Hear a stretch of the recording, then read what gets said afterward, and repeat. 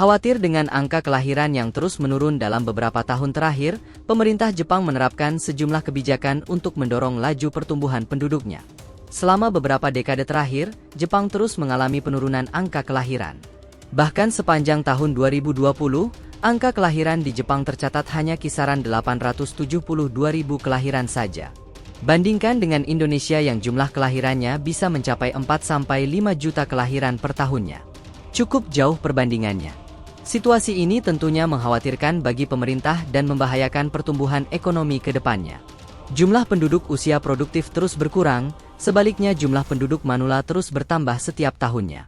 Diproyeksikan pada tahun 2060, jumlah penduduk negeri Sakura ini akan menyusut menjadi 87 juta orang saja dan 40% diantaranya berusia 65 tahun ke atas.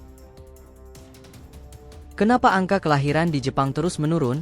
Salah satu penyebabnya adalah karena banyak pasangan enggan mempunyai anak. Biaya untuk membesarkan anak tidaklah sedikit.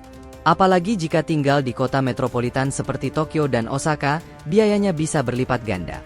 Khawatir tidak mampu membiayai anak dengan baik, tak jarang pasangan di Jepang lebih memilih untuk memelihara anjing atau kucing untuk menemani masa tua mereka. Ketidakpastian lapangan pekerjaan juga menjadi hambatan bagi para pria muda untuk menikah. Tidak memiliki pekerjaan dan penghasilan yang tetap menjadikannya kandidat yang kurang ideal di mata wanita. Tak sedikit juga wanita yang cenderung menunda untuk menikah karena mengejar karir dan menunggu datangnya Mr. Perfect. Sama halnya dengan pesan orang tua kita, selalu ingat bibit, bebet, dan bobot dalam memilih pasangan. Karena menunda terlalu lama, banyak pasangan menjadi kesulitan memiliki keturunan karena sudah melewati usia produktif. Selain itu, di Jepang juga sudah tertanam pembagian peran pria dan wanita dalam rumah tangga. Pria diwajibkan untuk mencari nafkah bagi keluarga dan wanita ditugaskan untuk mengurus orang tua dan mengasuh anak di rumah. Menjadi seorang ibu di Jepang juga dituntut untuk membesarkan anak yang berhasil dan sukses dalam sistem pendidikan yang kompetitif.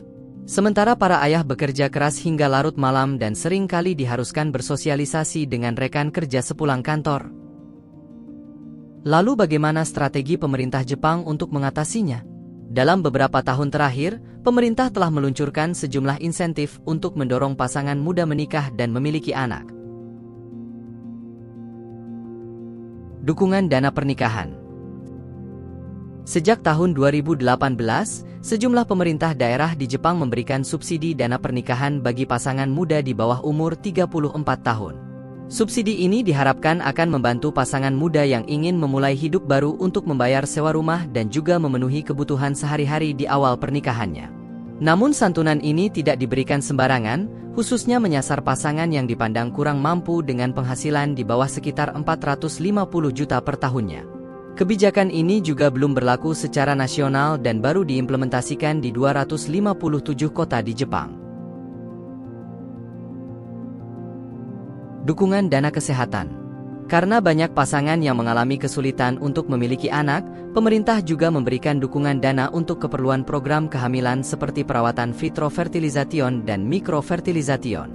Hal ini dilakukan karena jenis perawatan ini umumnya tidak tercakup dalam asuransi kesehatan dan biayanya cukup besar. Santunan dana melahirkan. Dana santunan ini dapat diberikan dengan beberapa persyaratan, seperti misalnya telah terdaftar dalam sistem asuransi baik dari pemerintah maupun perusahaan tempat bekerja dan telah memasuki masa kehamilan lebih dari 85 hari. Dana tunjangan anak. Dana tunjangan anak dapat diberikan kepada keluarga yang dianggap kurang mampu mulai dari anak tersebut lahir hingga berusia 12 tahun. Pemberian cuti melahirkan dan cuti mengurus anak. Hampir sama dengan Indonesia, jumlah cuti melahirkan di Jepang adalah 98 hari, 6 minggu sebelum, dan 8 minggu setelah melahirkan. Tidak hanya itu, mereka juga dapat mengajukan subsidi kepada pemerintah jika perusahaan tidak membayarkan gajinya selama cuti.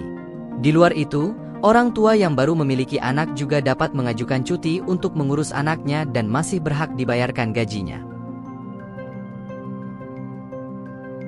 Penambahan fasilitas penitipan anak. Penambahan fasilitas penitipan anak telah digalakkan terutama di kota-kota besar. Namun kendati sudah ditambahkan, masih belum dapat memenuhi kebutuhan. Untuk fasilitas penitipan anak yang disubsidi pemerintah daftar antreannya masih sangat panjang. Sementara untuk fasilitas penitipan swasta dengan biaya sendiri, harganya juga terbilang mahal.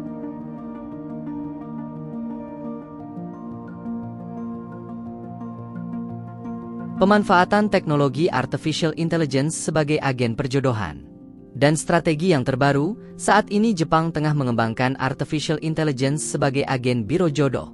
Harapannya dengan memanfaatkan teknologi AI akan lebih mudah untuk mencari jodoh yang sesuai dengan keinginan. Tentunya terdapat beberapa persyaratan yang harus dipenuhi untuk mendapatkan berbagai fasilitas di atas.